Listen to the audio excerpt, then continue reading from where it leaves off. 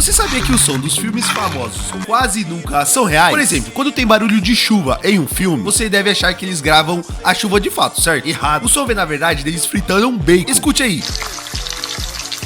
Parece igual? Sabe aquele som da mordida dos zumbis? E na verdade é só alguém mordendo um tomate bem grande. E os ossos quebrando na cena? Eles quebram, na verdade, vegetais. Agora, quando tem aquelas cenas do cavalo correndo no filme, eles não usam cavalos. Eles, na verdade, batem cascas de coco no chão. É aquela cena do Manning, da Era do Gelo, andando. Ele foi feito com um tronco de árvore revestido com coco. E no filme Homens de Preto, o som do Y veio de um ventilador de brinquedo e o dedo do técnico. Mas nada supera o que eles fizeram em Star Wars, porque o som das armas vai te chocar. Se liga.